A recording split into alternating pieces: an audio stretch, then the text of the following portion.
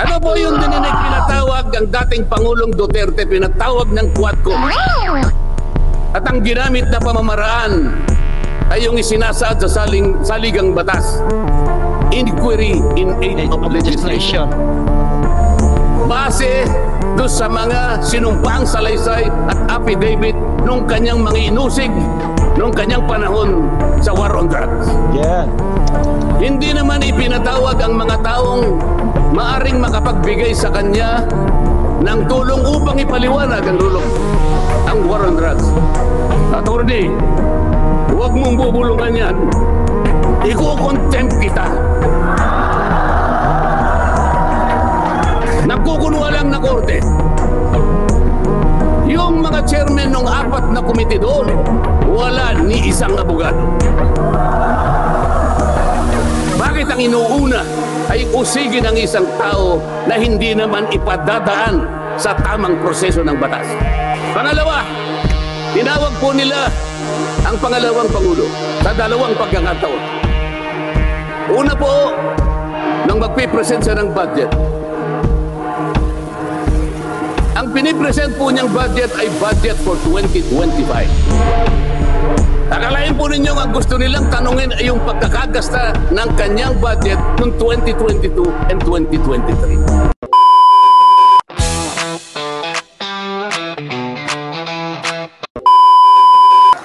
Okay pa po ba kayong lahat? Hindi ko kayo, masakit yung paa ko. Sumakit yung paa ko dun eh. Mga kapatid at mga kababayan, malinaw po nating narinig sa pambungad na pananalita ng kapatid na Edwil Sabala ang pinakalayunin ng malakihang pagkilos na ating sama-samang isinasagawa sa araw na ito. Nais nating katawanin ang nagkakaisang damdamin ng milyon-milyong Pilipino. Alright. At isatinig ang kanilang pinag-isang mithiin para sa isang mapayapa at nagkakaisang Pilipinas. Kaugnay nito, binanggit din po ang ating kagustuhan na ipaalam sa mga opisyales ng ating pamahalaan ang ninanais at pinapangarap na maayos at epektibong paglilingkod at paglutas sa lumalalang kahirapan na pinalubhapan ng katiwalian at korupsyon, kalamidad, kriminalidad, bangayang pampolitika at iba pa. Kinikilala po nating lahat na nagkakatipon ngayon na sa pagkakaisa, kapayapaan at pagkakasundo lamang natin makakamit ang hinahangad na pagunlad at pagsulong ng ating bansa. Sa bahagi po naman ng kapatid na Romel Topacio, tinindigan ang pagtitipong ito ng Iglesia ni Cristo ay konkretong kahayagan ng suporta sa naunang pahayag ng Pangulong Bongbong Marcos na hindi sasang-ayon sa isinusulong na impeachment laban kay Vice President Sara Duterte. Kinatigan din po ng Iglesia ni Cristo ang posisyon ng Pangulo na ang impeachment ay hindi makapagdudulot ng kabutihan sa buhay ng kahit isang Pilipino. Hindi lamang ito pag-aksaya sa oras ng pamahalaan, kundi makakahadlang din sa pagre-resolba sa marami at pangunahing problema ng bansa. Mataas na presyo ng bilihin, mababang kalidad ng edukasyon, infrastruktura, serbisyong pangmedikal, kriminalidad, seguridad at iba pa. Higit sa lahat, ang pagsusulong ng impeachment ay mauuwi lamang sa pagtatalo-talo at papagkakampi-kampi, hindi lamang ng mga mamamayan, kundi pati na rin ng mga opisyalis ng gobyerno. Ipinaalala rin na kapag nagtatalo-talo ang mga nasa pamahalaan, apektado ang taong bayan, at kapag magulo ang bansa, ang mga tao ang kawawa.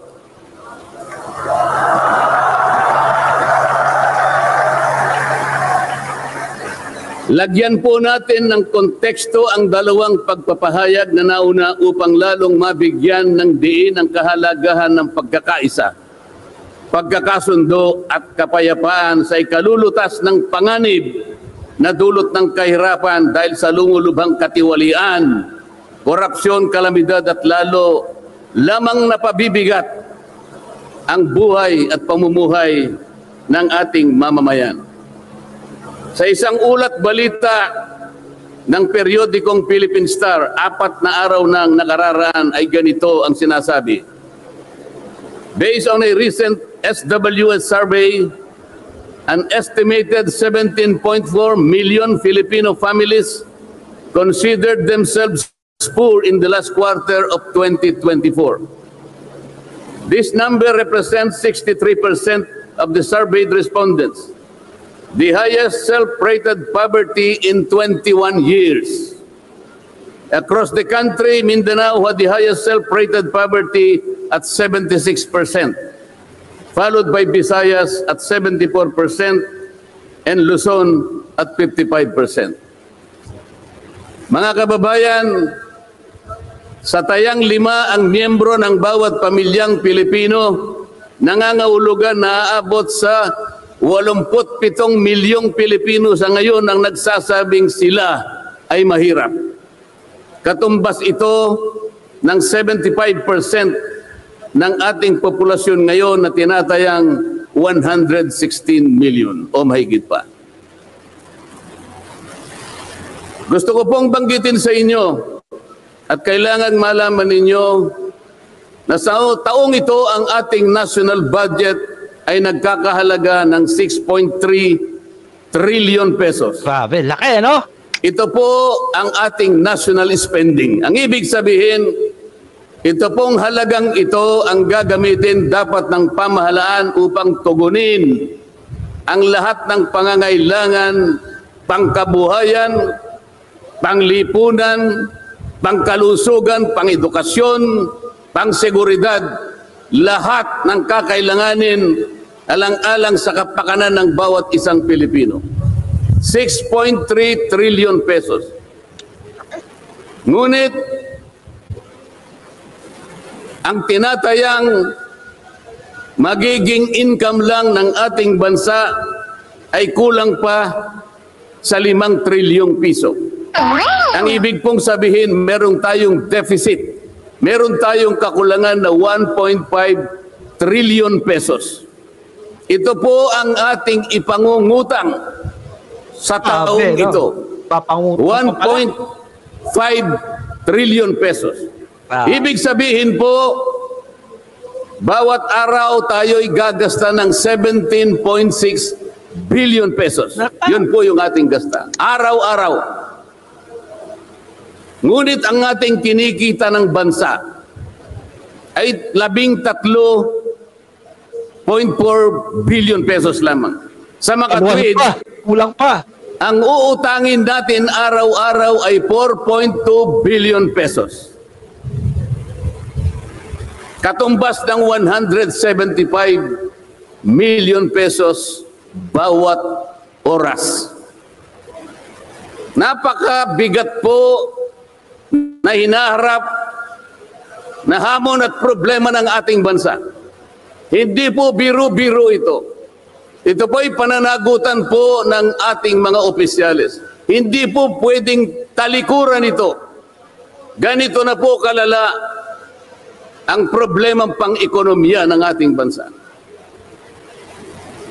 Ngunit,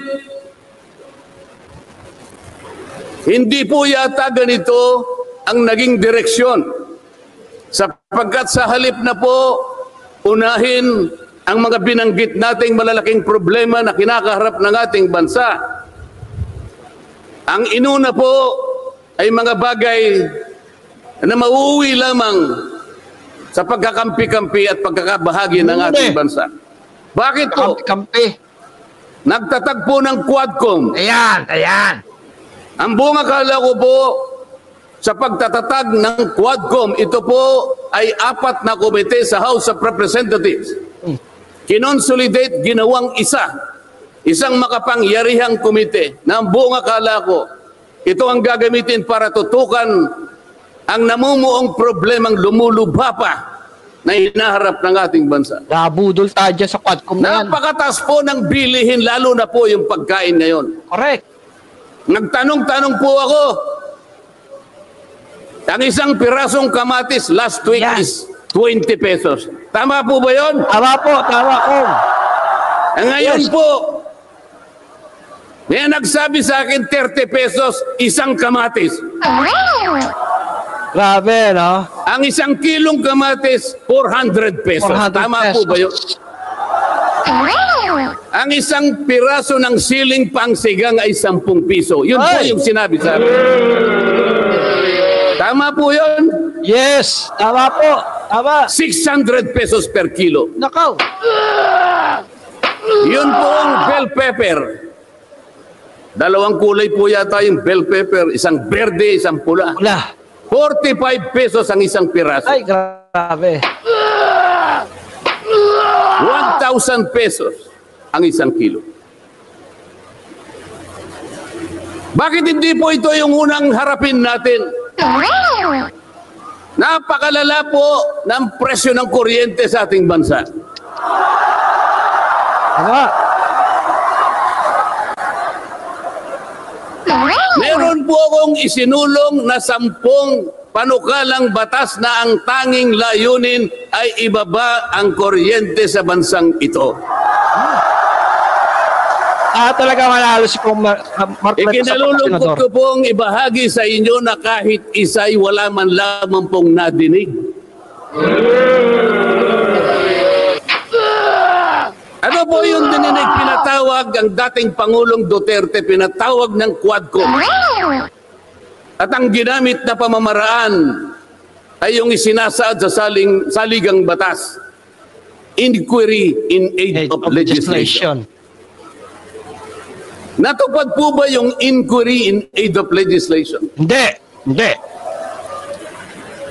Paano po in aid of legislation kung ang tatawagan nilang resource persons para humarap sa paglilitis na yon ay puro kalaban ng dating Pangulo? Yes. Alam po ninyo lahat yon. Pinagtatanong nila yung Pangulo. Stop ko muna ha. Eto ha. Ipinamumulat talaga ni Kong Marcoleta dito sa mga kapwa niya INC yung pinaggagawa nitong Quadcom, no? Yung ginawa nitong Quadcom kay Pangulong Duterte. Ngayon naman kay BP Sara. Totoo yun ha, yung bilihin na yung isang kamatis talagang mapapaaray ka talaga mga kababayan. Base doon sa mga sinumpaang salaysay at affidavit nung kanyang mga inusig nung kanyang panahon sa war on drugs. Yeah. Hindi naman ipinatawag ang mga taong maaring makapagbigay sa kanya ng tulong upang ipaliwanag ang war on drugs. Hindi ipinatawag ang mga solicitor general sa kanyang panahon.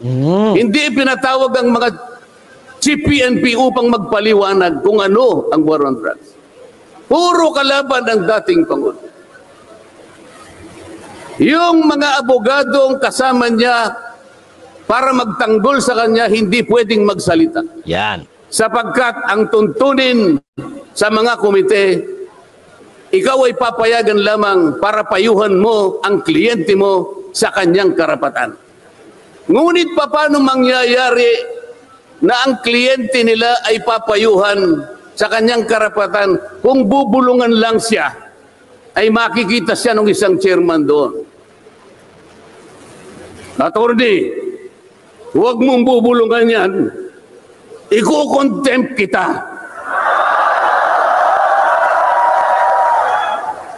Nasaan na po yung sinabi sa saligang batas na lahat ng inuusig ay meron siyang karapatan sa aboga, the right to counsel. Wala na po. The right to confront your accusers. Wala po mga accuser doon. Ang ginagamit ko ay mga sinumpaang salaysay, hindi man lang i-authenticate, ipinalagay na totoo lahat ang nakasaad ng mga aligasyon. Anong gagawin ng isang tao sa harap ng ganito na walang rule of law at walang due process? Ito po ang pinag-umpisahan ng kaguluhan at pagkakahati-hati. Sa kagustuhan po nila na mausig ang dating Pangulo, ayaw po nilang pumunta sa korte. Ayaw nilang pumunta sa piskal. Ano po ba ang sinasabi ng mga desisyon ng Korte Suprema? Kapag ka napatunayan nyo ang isang tao ay maaring nakagawa ng kahit anong paglabag sa lahat ng batas, anumang batas, dalhin ninyo sa piskalya, dalhin ninyo sa korte. Yun ang tamang paraan. That is the rule of law. Ngunit bakit? Bakit kayong Quadcom ang gumagawa nito? Ang Quadcom ay hindi piskal. Ang Quadcom ay hindi korte. Nagkukunwa lang na korte. Yung mga chairman ng 4 na komite doon, wala ni isang abogado. Pero naalala ko yung isa doon, kamukha ni Attorney Agaton.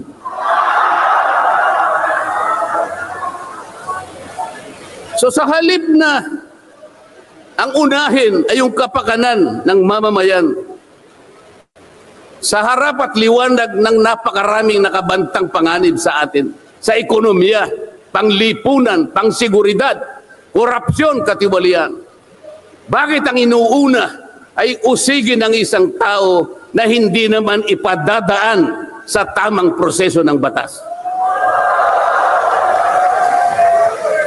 Pangalawa, tinawag po nila ang pangalawang Pangulo sa 2 pagkakataon. Una po, nung magpipresent siya ng budget. Ang pinipresent po niyang budget ay budget for 2025. Akalain po ninyo ang gusto nilang tanungin ay yung pagkakagasta ng kanyang budget noong 2022 and 2023. Saan ka naman nakakita ng ganong klaseng direksyon?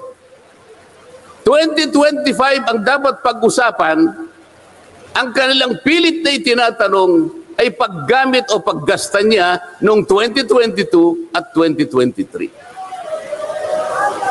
Ang sabi po ng Vice President, siguro na inis na rin, I forgo my opportunity to defend this 2025 budget and I leave it to the discretion of the House of Representatives as presented. Oh, ayaw pa nilang tanggapin. Nang ibig sabihin, ayaw ko nang idepensa sa inyo. Bahala na kayo. Kung anong gusto nyong ibigay sa akin, bahala na kayo. Ano pong ginawa nila? Hindi. Kinakailangang masagutin mo lahat ito. Walang exempted dito.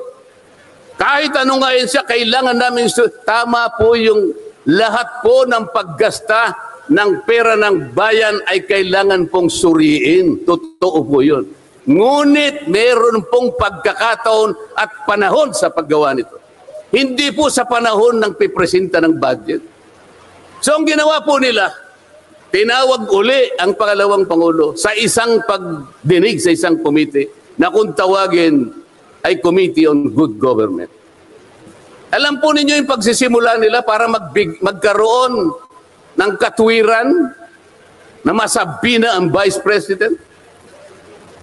Kinasangkapan nila yung isa sa amin, isang representative sa Maynila, tumindig at nag-privilege speech. Yung subject matter po ng kanyang privilege speech ay kaugnay po ng budget na pinagtatalunan na po sa plenaryo at sa committee. Sa tuntunin po ng House of Representatives, no one should avail of the privilege hour if the subject matter is related to a pending bill. Nandun na po yung bill sa baba, pinagsalita pa po yung isa. Nung banggitin ko po ito, nire-raise ko po, sabi ko, wala pong katwiran ito. Kailangan po tindigan ninyo, sundin ninyo ang ating tuntunin. Kapag hindi tayo sumunod sa ating tuntunin, sinong maniniwala sa atin na tayo may karapatang gumawa ng batas para sa ikabubuti ng ating bansa?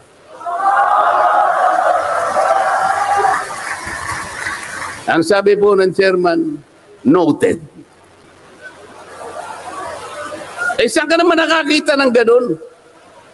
Ang House of Representatives ay lugar ng pagdedebate. Doon masusuri kung sino ang may katwiran. Kung hindi magsasalita ang chairman. At pagkatapos po, eh sinabi ko pa, eh bakit baka ako, dahil lamang sa isang manifestation ng isa sa amin, ginawa na naman ninyong isang motu proprio action. Yung motu proprio po ay, ibig sabihin, ang komite sa kanyang sarili ay pwedeng mag-imbestiga sa sarili niya. Pero ginamit nila yung manifestation ng isa sa amin. Mali na naman po yun. Hindi po dapat ganun. Nung i-raise ko po yun, ayaw na naman po nilang pumayag. Eh samantalang ako po, I delivered a full privilege speech. DepEd din ang pinag-uusapan nun. At ang ni-raise ko po ay yung katiwalian involving more than 3 billion pesos covering 3 annual audits of the Commission on Audit. Kahit na full privilege speech, hindi man lang po ni-refer sa committee. Samantalang yung illegal po na privilege speech, dali-daling ibinigay kagad sa Committee on Good Government. Kahit na illegal, kahit alam nilang mali. Ito po yung problema. So sabi ko, Mr. Chair, bakit tayo po ang sumusuri? Bakit tayo po ang nag-audit ng confidential funds ng Vice President? Bakit tayo po? Trabaho ng kaupa. Hindi po ba ang minanduhan ng ating saligang batas na tanging may otoridad at kapangyarihang mag-audit at mag-examine ng lahat ng report at papeles ng pagkakagasta ng ating bansa ay ang Commission on Audit? Ni-raise ko na naman po yun. Ayaw pong sumagot ng chairman. Ang pinasasagot po sa akin ay yung hindi abogado. Sabi ko, Mr. Chair, nilapitan ko po sila. Mr. Chair, huwag naman pong ganito. Ilagay naman po natin sa konteksto at sa regulasyon ng ating ginagawa. Tinatanong ko po ay isang constitutional issue. Bakit ang pasasagutin mo sa akin ay hindi man lang abogado? Huwag mo naman akong insultuhin. Yan ba nagpulasan? Ang dami niyan. Doon sa puntong yun, alam po ninyo, pati yung kinakain kong hopya, pinagtripan nila.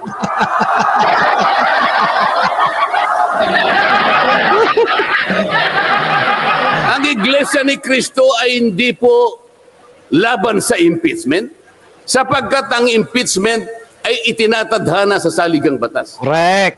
Ngunit, kung ang paraan ng pagsasagawa nito ay wala sa batas at wala sa tuntunin, ito na naman ay pagmumulan ng kaguluhan. Tama. Pagmumulan na naman ng pagkakabahabahagi ng ating bansa. Malaking tama, Kong Marcoleta. Ito po ang gusto nating iwasan. Ito po ang gusto nating iwasan. Iniimbestiga nila po yung confidential funds. Ang tanong ko po, Mr. Chairman, mahigit pong 400 opisina at ahensya ng ating pamahalaan ang tumatanggap ng confidential funds. At sila din ay natatawagan ng pansin ng Commission on Audit. Bakit naman isang opisina lang ang pinipilit niyong usisain? Hindi halata, ano? Hindi ba masyadong halata namang pamumuliti ka yan? Yes! Ayan na, naglayasan pa ang mga INC. Hindi. Noong nagsasalita ni si Kong Marcoleta dyan, talaga, nakapokus talaga sila lahat. Ha? At tingnan nyo, ang hiyawan nila. Uma-agree sila sa sinasabi ni Kong Marcoleta. At alam nyo ba, mga kababayan, hindi yan sasabihin dyan ni Kong Marcoleta kung walang basbas dyan ng pinaka-leader. Tandaan nyo, ha? Pagbabawalan siya dyan kung yan ang maging niya, mga kababayan. So, doon sa mga nagsasabi, ba't na si Marcoleta, bakit akala ko mapis rally? May basbas yan. Bakit ko nasabi? Kung walang basbas yan, pinigilan na siya dyan. Alright? Kaya yung mga nagsasabi na si Marcoleta paano lang INC din siya. Sa mga hindi nakakalam, member din siya ng INC. Ang totoong layunin talaga ay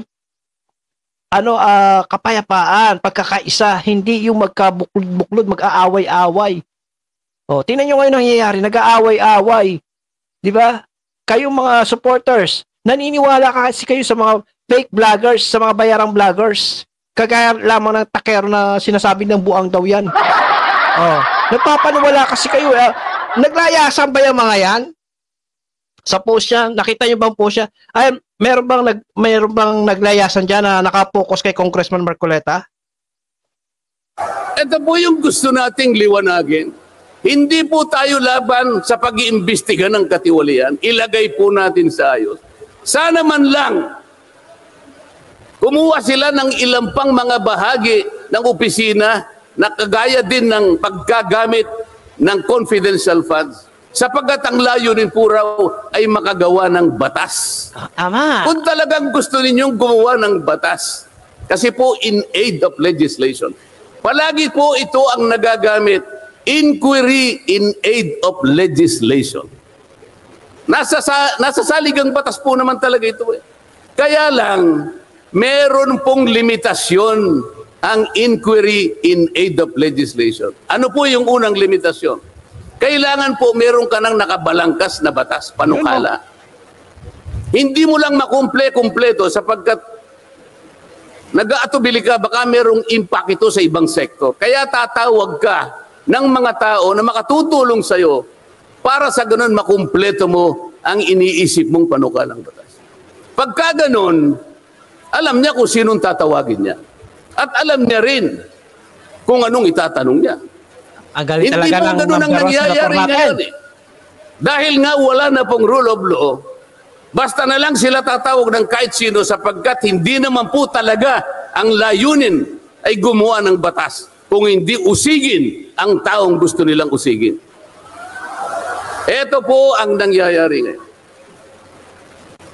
Kaya nga po, dahil sa kagustuhan nila na talagang usigin ng ICC ang Pangulong Duterte, alam po rin nyo? Yun lang ang tanging layunin. Sa 13 pagdinig ng Quadcom, 13, nakapaggawa lang sila ng isang batas na kahit siguro po high school graduate pagtatawanan niya yung kanilang panukalang batas. Bakit po? Yung definition na definition lamang po ng extrajudicial killing. Ay talaga pong matatawa ka na. Tayo ko na pong pabahay nyo. Ibig sabihin, ang layunin talaga ay hindi in aid of legislation, kung hindi in aid of prosecution. In aid tama, of persecution. Oh, galing.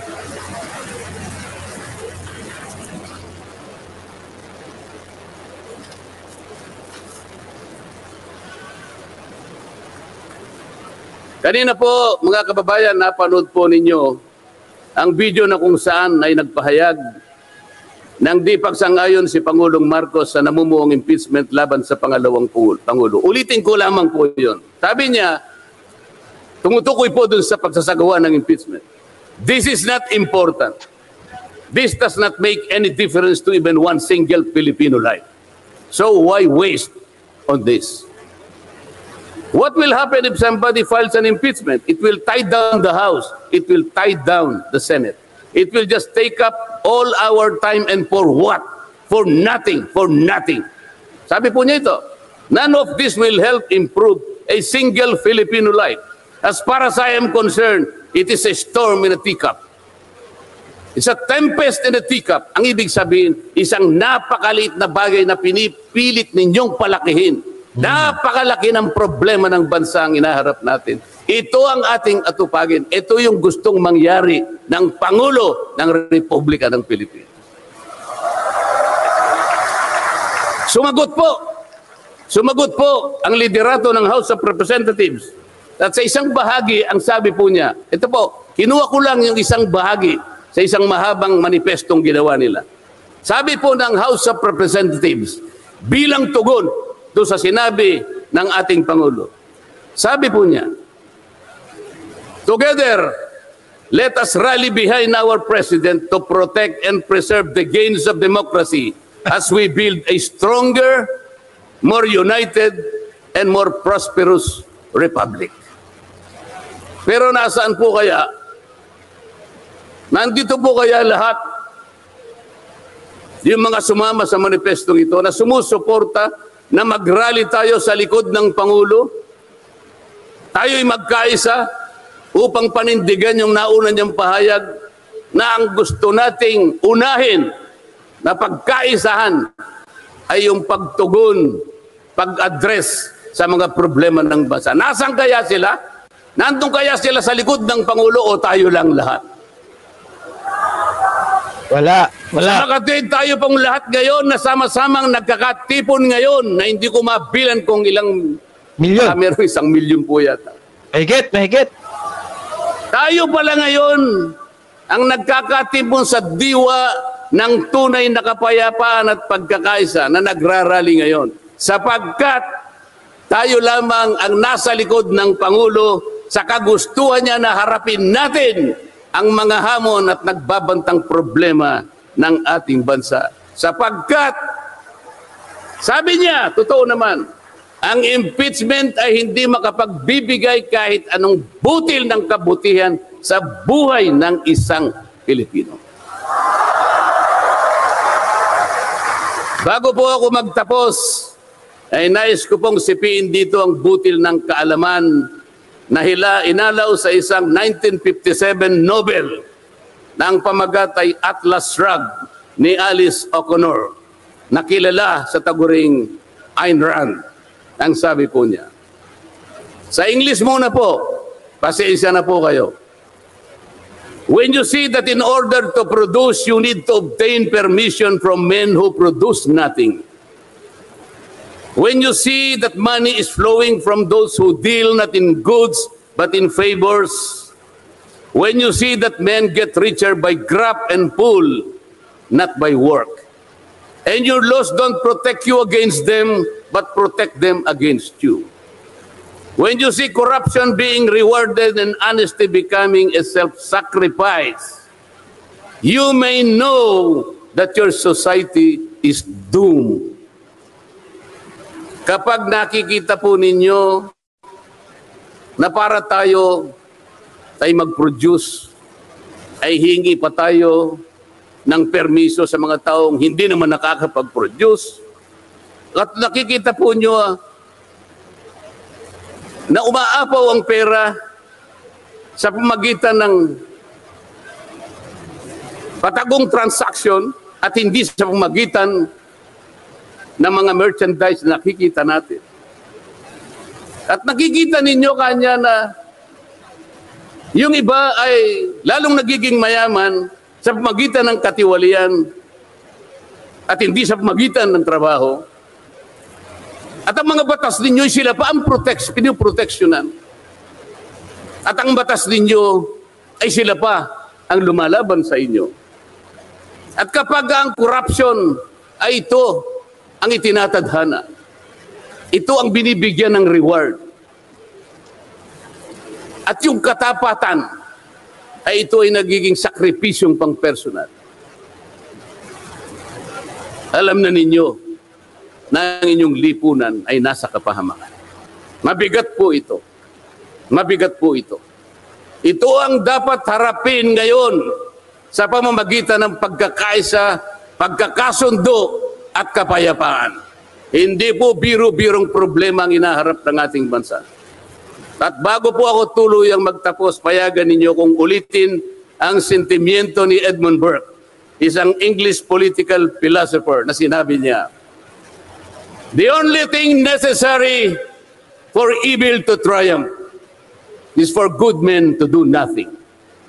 Sa Tagalog po, ang tanging kailangan para magtagumpay ang kasamaan ay magsawalang kibo at walang gawin ang mabubuting tao. Maraming salamat po at magandang hapon po sa ating lahat.